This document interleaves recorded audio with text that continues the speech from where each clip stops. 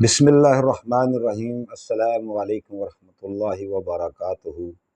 محترم ناظرین، طارق محمود اوان آپ کی خدمت میں حاضر ہوں اور آپ دیکھ رہے ہیں میرا YouTube channel speak with T M Awan.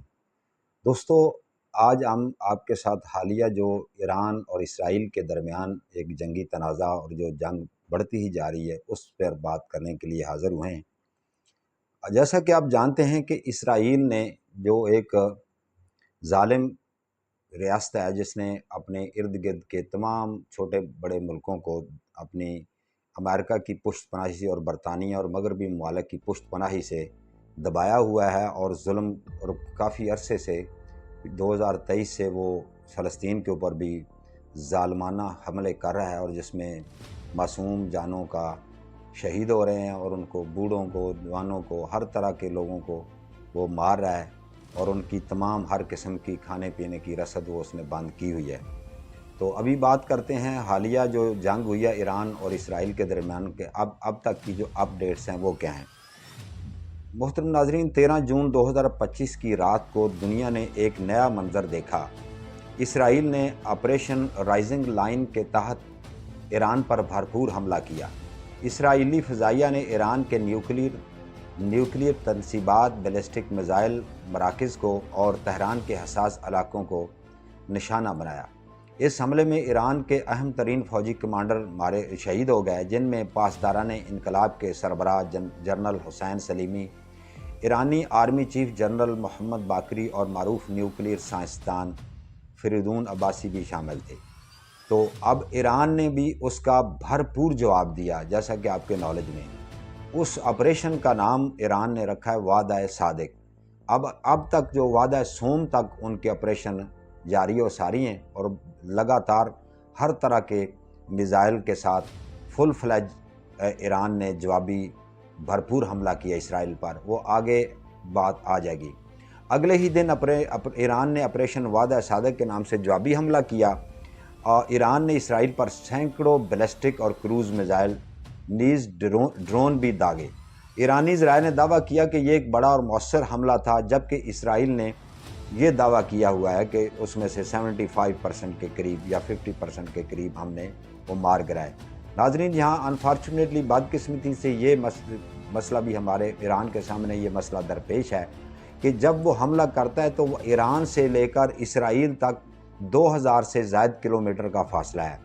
اس کو دو کنٹریز کی جو فضا ہے اس کا استعمال اس کے لیے ضروری بن جاتا ہے، چونکہ وہ دور ہونے کے ناطے ایک تو عراق کی فضا اس کو استعمال کرنی فضائی حدود استعمال کرنی پڑتی ہے، دوسرا اگر وہ کوئی میزائل بھیجتا ہے تو وہ اردن کے راستے اسرائیل پر لگتے ہیں۔ تو جیسا کہ آپ کے شاید علم بھی ہو، اردن نے باوجود اسلامی ملک ہونے کے وہ راستے میں جو جتنے بھی کروز میزائل تھے یا جو جاتے تھے، ڈرون جاتے تھے، ان کو بھی وہ مارتے تھے اور گرا رہے تھے۔ اور یہ جیسا کہ آپ کے علم میں ہے کہ یہ تمام جو مشرق وسطیٰ کے جتنے بھی عرب کنٹریز ہیں، ان کی ہر ایک کے اوپر امریکہ کا تقریباً ایئر بیسز انہوں نے بنائے اور وہاں اپنے دفاعی نظام میں اس نے نصب کر رکھا ہے۔ تو یہ تھا، میں بات بتا رہا تھا کہ یہ جنگ اچانک شروع نہیں ہوئی۔ 2024 میں بھی دونوں ممالک کے درمیان بڑی جھڑپیں ہو چکی ہیں۔ اپریل 2024 میں ایران کا آپریشن ٹرو پرومس، پھر اکتوبر 2024 اسرائیل کا آپریشن ڈیز آف ریپینٹنس کے نام سے انہوں نے شروع کیا۔ یہ جنگ کئی سالوں سے سلگ رہی تھی اور اب ایک بڑے دھماکے کی طرف بڑھ رہی ہے اور بڑھ چکی ہے۔ اس جنگی ماحول کا سب سے زیادہ نقصان فلسطینی عوام کو ہو رہا ہے۔ وہ پہلے بھی بیچارے پس رہے تھے، ان کو نہ خوراک، نہ ادویات، نہ ان کی کوئی مالی، نہ بستر، نہ کوئی اور چیز، ہر طرح کا ناطا اس نے بند کیا ہوا ہے اسرائیل نے۔ اکتوبر 2023 سے لے کر اب تک 50 سے بلکہ 60 ہزار کے قریب بے گناہ فلسطینی معصوم شہید ہو چکے ہیں۔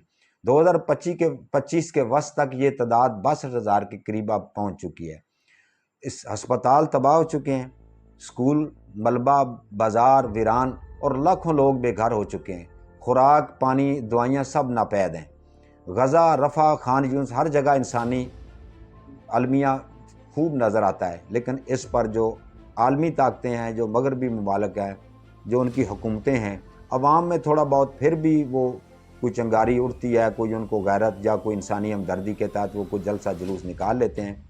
حکومتیں بالکل منہ میں دانے چبا کر خاموش ہیں۔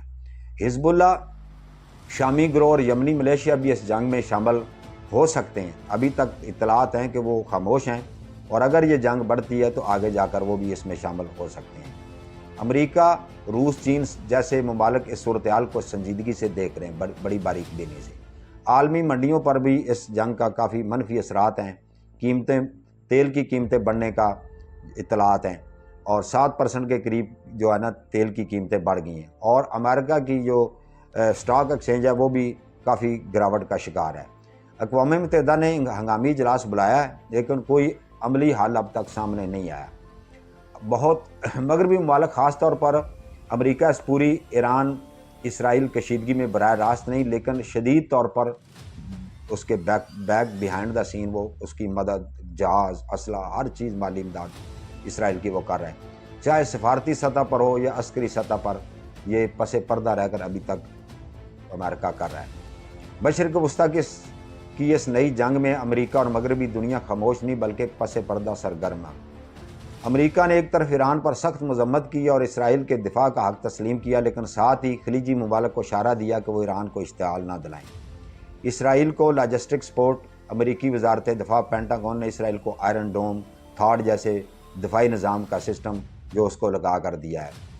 برطانیہ، فرانس، جرمنی اور دیگر نیٹو اتحادی اسرائیل کے ساتھ کھڑے دکھائی دے رہے ہیں۔ فرانس نے بھی اسرائیل کو انٹیلیجنس معلومات فراہم کی ہیں، اپنی فوج کو الرٹ پر رکھا ہوا ہے۔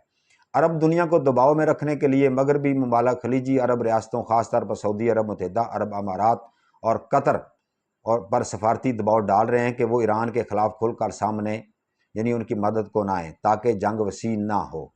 تو ناظرین، آپ نے دیکھا کہ سعودیہ نے بھی زبانی کلامی بس تھوڑی کی ہے، مذمت کی ہے اسرائیل کے حملوں کی، ترکیہ نے بھی کی ہے، قطر نے بھی کیا ہے، اور پاکستان نے بھی مذمتی بیان جاری کیا، اور ان کو پرائم منسٹر نے، میاں شہباز شریف صاحب نے فون بھی کیا ہے ایران میں ان کے صدر کو، ان کے وزیر اعظم کو، کہ ہم آپ کے ساتھ مطلب اخلاقی اور آپ کو کے ساتھ اس کی تعاون کی پوری جو پیشکش کی ہے۔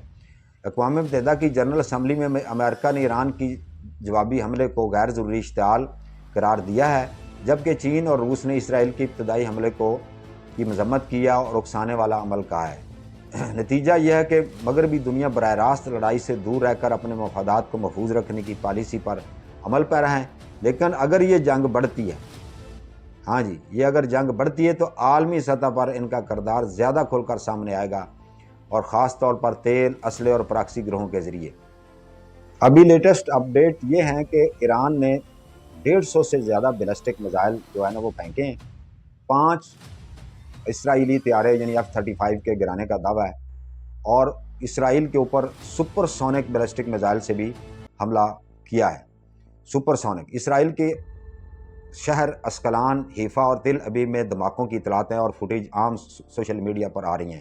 اسرائیل میں بھی بہت سے لوگ اس کی ہلاکتیں ہو چکی ہیں، اور ڈھیروں زخمی ہیں۔ لیکن آپ کو پتہ ہے ناظرین کہ اسرائیل کا تمام عالمی جو ورلڈ کا میڈیا ہے اس پر امریکہ کا اور مغربی طاقتوں اور خصوصاً اسرائیل کا ہی قبضہ، بلکہ انہی کے لوگوں کے ہی وہ جنہوں نے یہ میڈیا کو رن کر رہے ہیں وہ بنایا ہوا ہے۔ تو جو حقائق پر مبنی اطلاعات ہیں، جو فوٹیج ہیں اور جو خبریں ہیں وہ بہت ناپید ہیں۔ امریکہ نے کہ اب جب یہ جو حملہ کیا سپر سونک جا کر میزائل لگے ہیں، تو اب جو اطلاعات آ رہی ہیں کہ جو نیتن یاہو ہے اسرائیل کا وزیر اعظم، اس نے امریکہ کے سامنے رونا شروع کر دیا کہ اب مجھے بچاؤ، یہ تو مجھے بہت نقصان پہنچا رہا ہے ایران۔ ان کا خیال یہ تھا کہ بھئی ایران کے پاس کوئی اتنا دفاعی نظام نہیں ہے۔ پہلا انہوں نے جو حملہ کیا اس میں اس کے دفاعی نظام کو، ان کے کوئی گیس کی ریفائنری اس کو ہٹ کیا، اس کا جو ان کے کروز بیلسٹک میزائل بنتے ہیں ان کی کوئی فیکٹری ہے وہاں اس کو ہٹ کرنے کی کوشش کی۔ وہ جزوی نقصان کا تو آیا ہے، اور کچھ ان کے کمانڈر جو ہیں ان کی مشاہدت کی اطلاعات ہیں۔ تو امریکی جو ہیں وہ ٹرمپ صاحب جو ہیں وہ ابھی ٹیلی فون لگا رہے ہیں، کبھی وہ پوٹن کو فون کر رہے ہیں، کبھی سعودیہ کو فون کر رہے ہیں، کبھی قطر کے امیر سے، کبھی اردوغان سے بات کر رہے ہیں۔ تو اب وہ کہہ رہے ہیں کہ اسرائیل جو ہے نا وہ جب اس کو بچانے کے لیے وہ نا سفارتی محاذ پر وہ پوری کوشش کر رہا ہے کہ کسی طرح اب یہ جنگ روک جائے۔ اب جب اس کے دانت کھٹے کیے نا اسرائیل کے، ایران نے، تو ایران نے بھی کہہ دیا کہ اگر امریکہ نے اس کی ساتھ دیا تو ہم پھر امریکہ کے جو بیسز ایئر بیسز ہیں اس کو بھی نشانہ بنائیں گے. اگر یہ جنگ لمبی چلتی ہے تو ہم انشاءاللہ العزیز امید ہے کہ غالب ہے کہ اللہ تعالیٰ ایران کو فتح یاب کرے گا. تو ایران کو پہنچنے والا نقصان وہ جو میں نے پہلے بتا دیا کہ اس کے بھی کافی جانی نقصان ہوا ہے، لیکن آج تک یہ مت بنی ہوئی تھی کہ یہ اسرائیل پر کوئی حملہ نہیں ہو سکتا، وہ اتنے اس کے دفاعی نظام ہیں. اب دیکھیں کہ جتنے ممالک ہیں نا راستے میں پڑتے ہیں، عراق ہے، اردن ہے، دیگر، وہاں امریکہ نے اپنا دفاعی نظام لگایا ہوا ہے. وہ ایران سے جو میزائل اڑتے ہیں وہ ان کو راستے میں نشانہ بناتے ہیں اور اس میں سے بھی نکل کر وہ جا کر ہٹ ہو رہے ہیں. یہ اللہ کی مدد و نصرت ان کو حاصل ہے، ٹھیک ہے. تو اسرائیل کے اندر بھگدڑ مچی ہوئی ہے، اور ایران جب حملہ کرتا ہے تو ایران کے لوگ لاکھوں کے تعداد میں سڑکوں پر آ کر اور وہ خوشیاں منا رہے ہوتے ہیں، اللہ اکبر نعرہ تکبیر کی صدا بلند کر رہتے ہیں. اور جب ان کے ہاں وہ میزائل آنے کی ان کو الارم بجتے ہیں کہ بھئی میزائل آ رہے ہیں، تو سارے لوگ دوڑ کر وہ بلی چوہے کی طرح بلوں میں گھس رہے ہیں. تو یہ صورتحال ہے کہ یہ موت سے نہیں ڈرتے ہیں جی، اور وہ موت سے ڈر کر بلوں میں گھس رہے ہیں. یہی نا، یہی کہنے یہ غازی یہ تیرے پر اسرار بندے جنہیں تو نے بخشا ہے ذوق خدائی، دو نیم ان کی ٹھوکر سے صحرا و دریا سمٹ کر پہاڑ ان کی ہیبت سے رائی. دعا